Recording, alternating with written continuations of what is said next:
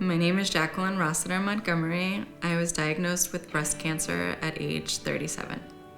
I'm a mother of three, 2 boys and a girl. At the point where I was diagnosed, my daughter was only 10 months old.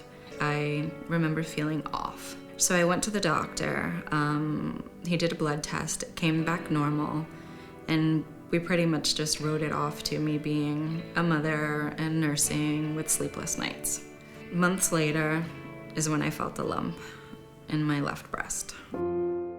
I was pumping to hopefully express it, and I researched online, read all about breast pumps not being as efficient as a human. So I decided to,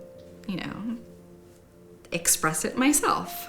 And the next day I woke up with a really bad sore throat. So when I went to the doctor, and I thought for sure it was an infection of some sort, but he said to be on the safe side, let's send you for a mammography and an ultrasound. And thank God he did, because that's what saved my life. So my doctor calls with the results and he says, I have good news and bad news for you, kid. I'm gonna give you the good news first because that's what I want you to really focus on. He said, in your right breast, the biopsy came back negative. I said, okay, well, what's the bad news? He said, well, in your left breast, the biopsy came back positive. It's cancerous. And I remember being home watching my kids play and having to leave the room to hold back my tears because my biggest fear was not being around to watch them grow. How do I deliver this news to my 12-year-old son? Going into this, not knowing what to expect, it was really shocking and scary. It kind of left me feeling hopeless and alone, hearing doctors say different things, like you don't know what's right, what's wrong, which way to go. I decided to tell my son, Robert. He was only 12 at the time. Immediately he started to cry, and I've never seen him cry that hard. And finally, when he caught his breath, he looks up at me and is like, Mommy, are you gonna die? Is cancer gonna kill you? At that moment, I didn't even know myself, but I had to pull it together for him.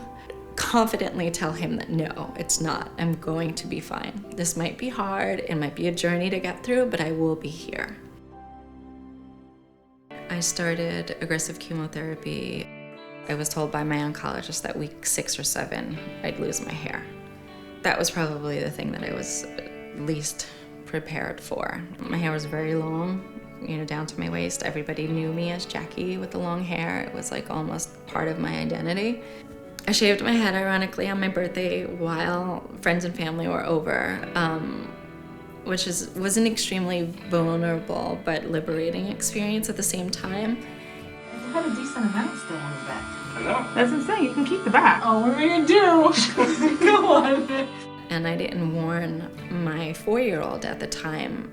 And as soon as he saw me, he's like, Mommy, what did you do? Why did you cut your hair? I don't want you to look like Daddy. My husband took him aside and explained to him that hair doesn't change you as a person, that Mommy loves you and she will always love you. Later that day, we were on a walk, and out of nowhere, he stopped me. He's like, I want you to know that I love you with short hair, I love you with long hair, I love you with no hair at all. I love you just the way you are. Hearing a 4-year-old say that to you, it melted my heart. I remember getting the news about the diagnosis and just wanting to see and meet other women in my age group that had successfully gotten through it and were living happy and healthy lives. I needed some reassurance that my life would be normal again.